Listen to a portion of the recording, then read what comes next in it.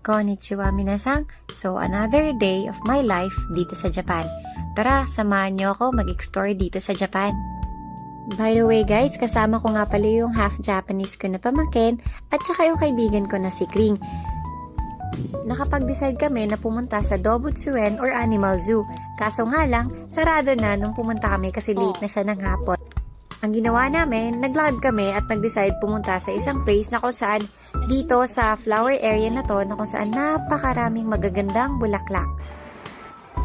Ang cute nga ng mga bulaklak dito at sari-sari at napaka-makulay ang mga bulaklak dito.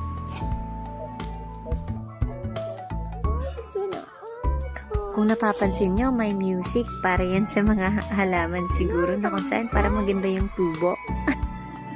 Ewan ko lang ha, pero kayo na bahala kung bakit ganun. True.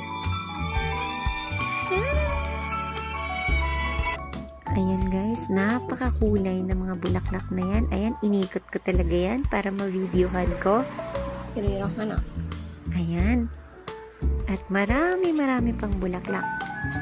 Kaya kung gusto mo magtanim ng bulaklak, pwede ka bumisita dito.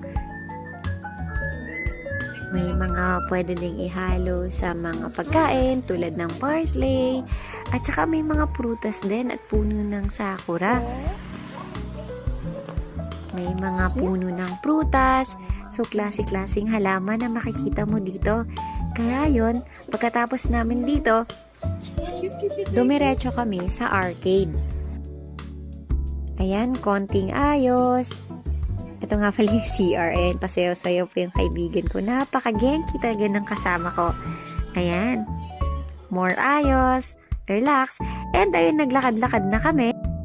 At inikot namin yung arcade kasi curious nga kami kung ano yung laman doon, ano yung meron doon sa building na yon.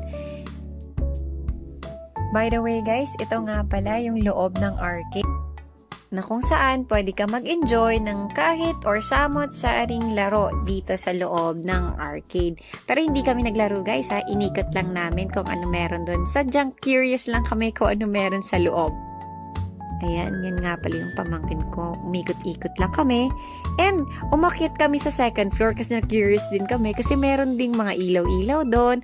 At ito na nga, dito pala yung area na kung saan pwede ka magsayaw, mag-drums, kumanta at maglaro ng computer. And yun na nga, nag-decide na kami na bumaba at umuwi sa apartment. Kaso nga lang, bago kami pumunta sa area na to, nakita namin itong magandang tanawin na ito na kung saan nag-picture taking muna kami and in-enjoy namin yung view dito na area. Ayan, palakad-lakad kami. So, ayun na nga, tumawid yung pamangkin ko at saka yung kaibigan ko na kung saan may nakita silang magandang area, which is ito yon. Ang ganda siguro pag nag-bloom na yung sakura dito, guys. Ayan, napakaraming sakura.